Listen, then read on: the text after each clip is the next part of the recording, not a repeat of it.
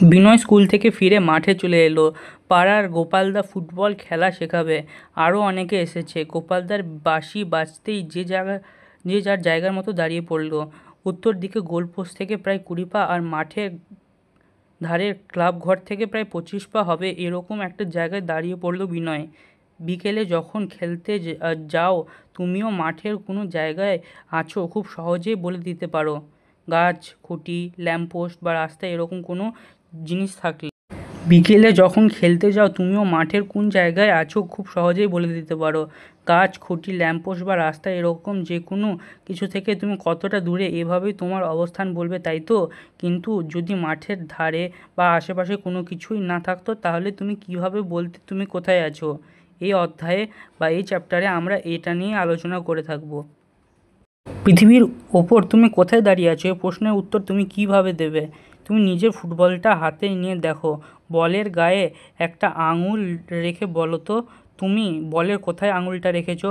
সমতল পৃষ্ঠে কোনো জায়গায় অবস্থান বা দিক বলা সহজ, কিন্তু যার কোনো ধার নেই, কোণা নেই, ওপর নিচ নেই বলে কিছুই নেই, সেখানে দাঁড়িয়ে তোমার অবস্থান বলতে পারা সহজ নয়। কোনো জায়গায় অবস্থান বোঝাতে পৃথিবীর ওপর কতগুলো নির্দিষ্ট বিন্দু ও রেখা কল্পনা করা হয়েছে।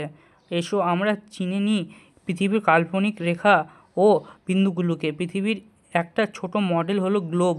গ্লোবের ওপর আঁকা কাল্পনিক রেখাগুলোকে ভালো করে পর্যবেক্ষণ করো। প্লাস্টিকের বলের গায়ে দাগ টেনে দেখেছো? বলের ওপরে দাগ টানলে সেটা কখনোই সরলরেখা হয় না। এই বাঁকা রেখার মান ডিগ্রি এককে প্রকাশ করা হয়। পৃথিবীর মাঝখান দিয়ে এরকম একটি রেখা কল্পনা করা হয়েছে। পৃথিবীর কেন্দ্র দিয়ে চলে যাওয়া এই রেখা পৃথিবীর অক্ষ, আর্থস অ্যাক্সিস বলা হয়। পৃথিবীর অক্ষের ওপর প্রান্ত হলো উত্তর মেরু নর্থ পোল ও দক্ষিণ প্রান্ত হলো দক্ষিণ মেরু সাউথ পোল। এই দুই মেরু থেকে সমান দূরে গ্লোবের ঠিক মাঝ বরাবর একটি বৃত্ত রেখা আঁকা আছে। ওই বৃত্ত রেখা বরাবর গ্লোবটি দুটো সমান ভাগে বিভক্ত করা হলো। তাহলে যে উত্তর অংশটা বিভক্ত হলো তার নাম হচ্ছে উত্তর গোলার্ধ, এবং দক্ষিণ অংশটা যে বিভক্ত করা হচ্ছে সেটা হচ্ছে দক্ষিণ গোলার্ধ, অর্থাৎ নর্দার্ন হেমিস্ফিয়ার এবং সাদার্ন হেমিস্ফিয়ার। দুই মেরু থেকে সমান দূরে পৃথিবীর মাঝ বরাবর পূর্ব পশ্চিমে বিস্তৃত কাল্পনিক রেখাকে বলে নিরক্ষরেখা বা বিষুবরেখা বা ইকুয়েটার। এই উত্তর অংশ হলো উত্তর গোলার্ধ নর্দার্ন হেমিস্ফিয়ার, আর দক্ষিণ অংশ হলো দক্ষিণ গোলার্ধ সাদার্ন হেমিস্ফিয়ার। গ্লোব লক্ষ্য করলে দেখা যাবে যে নিরক্ষরেখা বা বিষুবরেখার বা ইকুয়েটারের সমান্তরালে পৃথিবীর পূর্ব পশ্চিমে বেশ কিছু বৃত্ত রেখা আঁকা আছে। নিরক্ষরেখার সমান্তরালে পূর্ব পশ্চিমে অঙ্কিত কাল্পনিক রেখাগুলো হচ্ছে অক্ষরেখা, যাকে বলা হয় প্যারালাল অফ ল্যাটিটিউড। পৃথিবীর নিরক্ষরেখার দৈর্ঘ্যের সবচেয়ে বড়। নিরক্ষরেখার মান 0 ডিগ্রি। বাকি রেখাগুলো ক্রমশ মেরুর দিকে দৈর্ঘ্যে ছোট হতে থাকে, আর সব অক্ষরেখাগুলোই পূর্ণবৃত্ত। পৃথিবীর উত্তর মেরুর মান 90 ডিগ্রি উত্তর এবং দক্ষিণ মেরুর মান হচ্ছে 90 ডিগ্রি দক্ষিণ। নিরক্ষরেখার উত্তরে কর্কট ক্রান্তি রেখা 33 ডিগ্রি উত্তর, ট্রপিক অফ ক্যান্সার। সুমেরু বৃত্ত রেখা হচ্ছে 66.5 ডিগ্রি উত্তর, আর্কটিক অফ সার্কেল। নিরক্ষরেখার দক্ষিণে মকর ক্রান্তি রেখা 33 ডিগ্রি দক্ষিণ, ট্রপিক অফ ক্যাপ্রিকর্ন। আর কুমেরু বৃত্ত রেখা 66 ডিগ্রি দক্ষিণ, আর অ্যান্টার্কটিক আর সার্কেল। চলো এবার নিজেই বুঝে নেওয়া যাক। পাশের ছবিতে দেখো একটা পাতি লেবুকে মাঝ বরাবর কেটে ফেলা হয়েছে। তাদের দুটো তল দেখা যাচ্ছে। পৃথিবীকে নিরক্ষরেখা বরাবর যদি কেটে ফেলা যেত তাহলে এরকমই দুটো তল পাওয়া যেত। নিরক্ষরেখার যে তল বরাবর রয়েছে তা হলো নিরক্ষীয় তল, ইকুয়েটোরিয়াল প্লেন। এই তলের সঙ্গে পৃথিবীর অক্ষ 90 ডিগ্রি কোণে আছে। পৃথিবীর অক্ষ একদিকে হেলে আছে। অক্ষের উত্তর প্রান্ত সারা বছর ধ্রুব তারার দিকে মুখ করে থাকে। পৃথিবীর যে পথে সূর্যের চারিদিকে ঘোরে তা হলো পৃথিবীর কক্ষপথ বা অরবিট। কক্ষপথ যে তলে রয়েছে তা হলো কক্ষতল বা অরবিটাল প্লেন। পৃথিবীর অক্ষ কক্ষতলের সঙ্গে 66.5 ডিগ্রি কোণে হেলে থাকে। কোনো জায়গা পৃথিবীর কতটা উত্তরে বা কতটা দক্ষিণে তা অক্ষরেখা থেকে বোঝা যায়, কিন্তু পৃথিবীতে কোনো জায়গা কতটা পূর্বে বা কতটা পশ্চিমে কীভাবে বোঝা যাবে? ব্যাপারটা ভালো করে বোঝা গেল না, তাই তো? আর একটু সহজ করে বুঝে নেওয়া যাক। ধরো তোমার শহরটা উত্তর গোলার্ধে কোনো এক অক্ষরেখায় রয়েছে, কিন্তু শহরটা ওই অক্ষরেখার কোথায়? অক্ষরেখাটা তো একটা পূর্ণবৃত্ত, একটা গোটা বৃত্তরেখা তো আর স্থানটার অবস্থানে হতে পারে না, তাহলে কিভাবে জানা যাবে যে শহরটা ওই গোটা বৃত্তরেখাটার ঠিক কোথায়?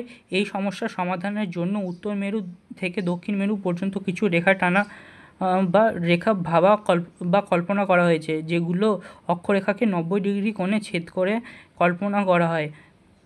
উত্তর মেরু থেকে দক্ষিণ মেরু পর্যন্ত অঙ্কিত অর্ধেক বৃত্তরেখাগুলো হচ্ছে দ্রাঘিমা রেখা বা মেরিডিয়ান অফ লঙ্গিটিউড।